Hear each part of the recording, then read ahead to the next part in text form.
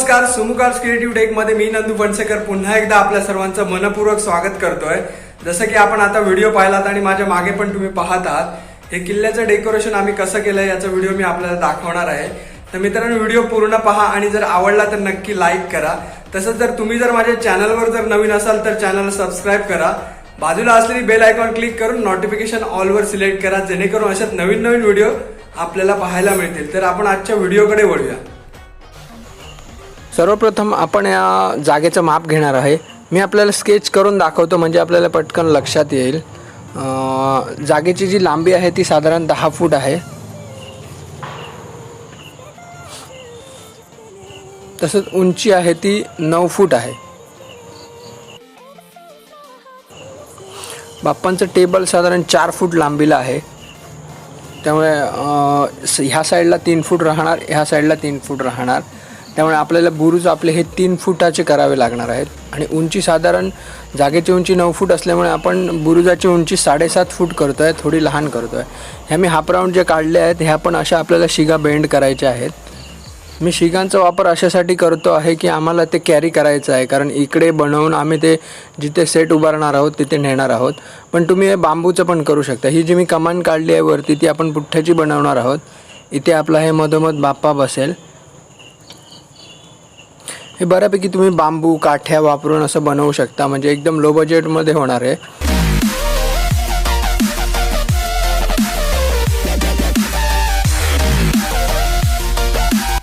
ह्या बारीक शिगा आहेत, या 7.5 फुटाला आपण कट करून घेतल्या आहेत। तशाच ह्या 3 फुटाला हाफ राऊंड बेंड करून घेतले आहेत। आणि आता आपण हे वेल्डिंग करणार आहोत। वेल्डिंग केल्यावर साधारण अशा प्रकारे आपला हा ढाचा दिसेल, आपण पाहू शकता। अशा प्रकारे हाफ राऊंडमध्ये हे बेंड केलेलं आहे। तरी स्वतःच्या गणपतीला जर असं बनवत असाल तर साध्या डब्यात माती भरून तुम्ही अशा काठ्या उभ्या करून त्याला बांबूचे हाफ राऊंड करून बांधू शकता। हे बाइंडिंग तारचा वापर करून आता मध्ये जो पोकळ भाग राहिला आहे तो आपण असा ह्या बाइंडिंग तारेने बांधून घेणार। त्याच्यामुळे वरती आपण जो कपडा लावणार आहोत त्याला पण एक शेप मिळेल व्यवस्थित। अशा प्रकारे या तारा आपल्याला पोकळ भाग राहिला आहे तो बांधून घ्यायचा, त्याच्यामुळे शिगा पण जास्त लागत नाही।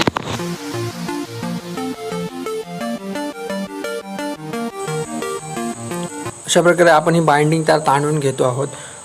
जिथे जिथे गॅप आहे तिथे आपण ही बाइंडिंग तार लावून एक शेप देणार आहोत, म्हणजे ह्याच्यावर आपण आता बॅनर लावणार आहोत त्याला पण एक सपोर्ट मिळेल, तो व्यवस्थित हाफ राऊंड होईल। फेविक्विकच्या सहाय्याने आपण हा बॅनर चिटकवणार आहोत। हा वेस्टेज बॅनर आहे, त्याची प्रिंटिंगची जी बाजू आहे ती आपण आत टाकली आहे। आणि त्याची जी मागची जी बाजू असते ती एकदम मॅट टाईप असते, रफ असते। त्याच्यावर डिस्टेम्पर कलर म्हणा किंवा पॅकेट कलर येतात रेग्युलर, हे पण डायरेक्ट तुम्ही ब्रशने मारू शकता, व्यवस्थित उठतात। म्हणजे आपल्याला प्रायमर मारायची पण गरज नाही। आपण हा आता बॅनर ताणून घेतो आहे। आता आपले हे 2 बुरुज साधारण चिटकवून रेडी झालेले आहेत। आता आपण याच्यावर कलर मारणार आहोत, डिस्टेम्पर कलर। एक आम्ही शेड तयार केलेली आहे, त्या शेडचा नंबर पण तुम्हाला आता डिस्प्लेवर दिसेल बघा, मी दाखवणार आहे तुम्हाला।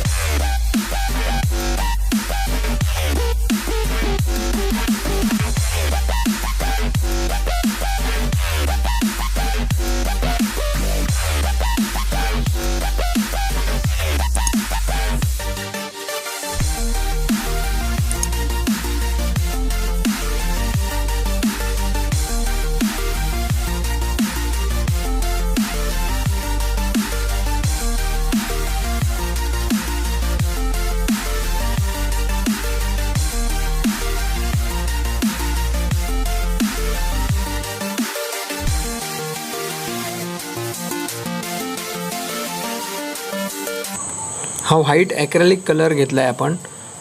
याने आपण याच्यावर दगडांचं टेक्स्चर देणार आहोत। अशा प्रकारे हे कॉर्नर थोडेसे हाफ राऊंड केलात की ऑटोमॅटिक ते किल्ल्याचे दगड असे वाटतात, एकदम स्क्वेअर नाही करायचे ते। थोडासा कॉर्नर हाफ राऊंड करायचा त्याचा आणि थोडे छोटे थोडे मोठे असे करायचे।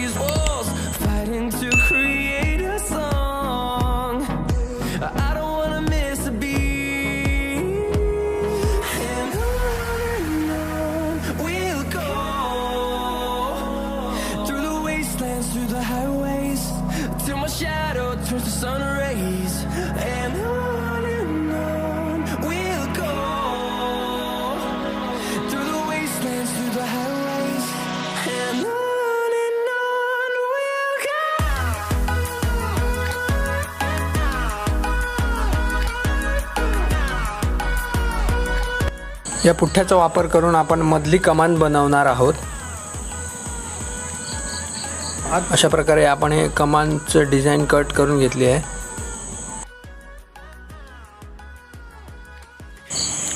बुरुजाच्या वरती जे असे त्रिकोण असतात ते आपण ह्या पुठ्ठ्याच्या वरती कट करून घेणार आहोत। अशा प्रकारे हे पण आपण रंगवून घेणार आहोत।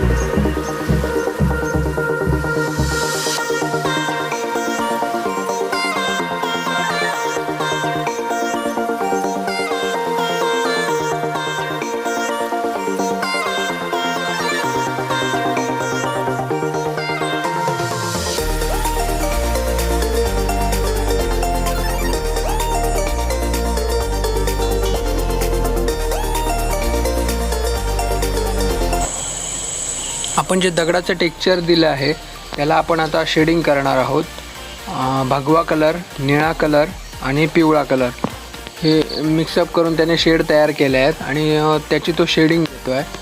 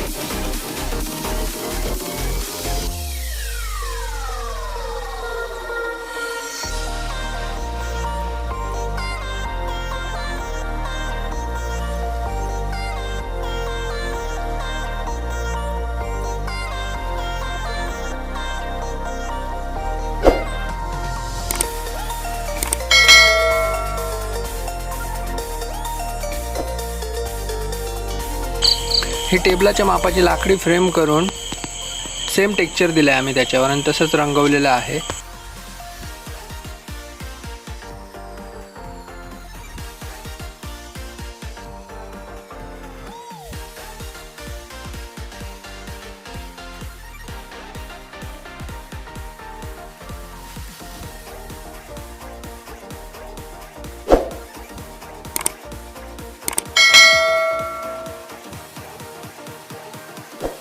ही जी वरची कमान आपण पुठ्ठ्याची बनवलेली आहे त्याला मागे आम्ही रिपीचा सपोर्ट दिला आहे, त्याच्यामुळे तिला एक कडकपणा आला, व्यवस्थित ती वरती राहणार आणि त्या बुरुजांच्या मागच्या शिगा आहेत त्याला आपण तारेने बांधून टाकणार आहे।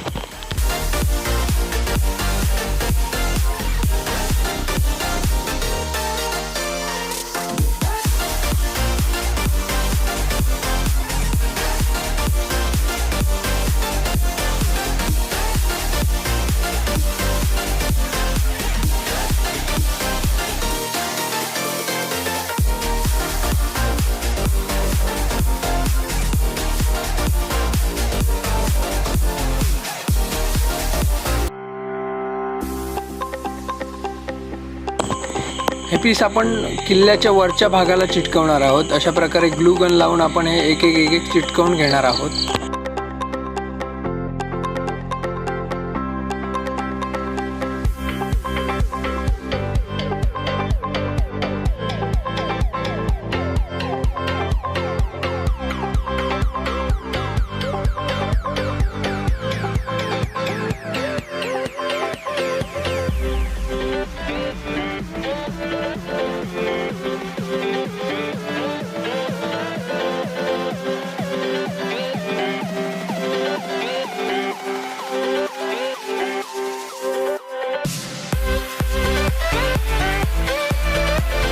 हे मावळे आपण असे बॅनरवर प्रिंट करून कट केले आहेत आणि पुठ्ठ्यावर चिटकवले आहेत आणि मागून त्याला असं रिपीचं स्टँड केलं आहे.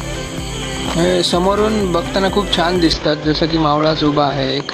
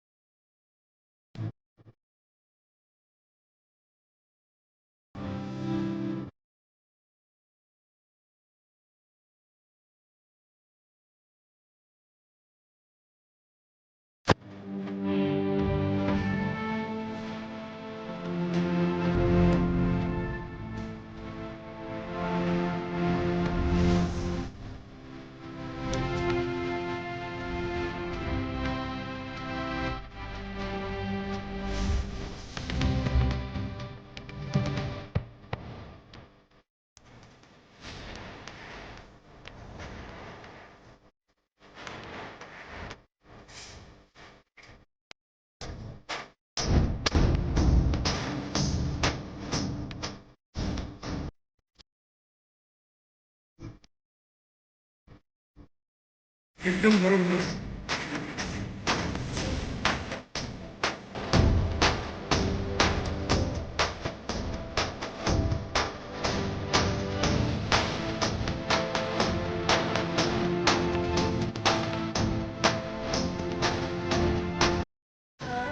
आपल्याला जर असा फुल सेटअप करायचा असेल तर अजूनही आपण यात डिटेलिंग करू शकतो. जसं की आपण हे बनवलं आहे, आता हा किल्ल्याचा गेट बनवला आहे आणि सेम अशीच जर तुमच्याजवळ जागा असेल आणि एका साईडला एक प्लेन भिंत रिकामी राहत असेल दोन्ही साईडला, तर एका भिंतीवर आपण सेम टेक्स्चर देऊन 2 तलवारी 1 ढाल असं बरोबर सेंटर लावू शकतो. तसंच दुसऱ्या साईडला आपण 2 अशा मशाली क्रॉसमध्ये लावू शकतो. तसंच हे जे आपण छोटे मावळे बनवले आहेत अशा प्रकारे अजून 2-4 करून आपण आपल्या गेटवर लावू शकतो. तसंच फुल प्रॉपर जसं किल्ल्यातला सेटअप असतो तसा करू शकतो. तसंच गणपती ही जरी आपण शिवाजीराजांच्या पोजमधला असेल तर आणि ह्या पुऱ्या सेटअपला आणि लुक येऊ शकतो.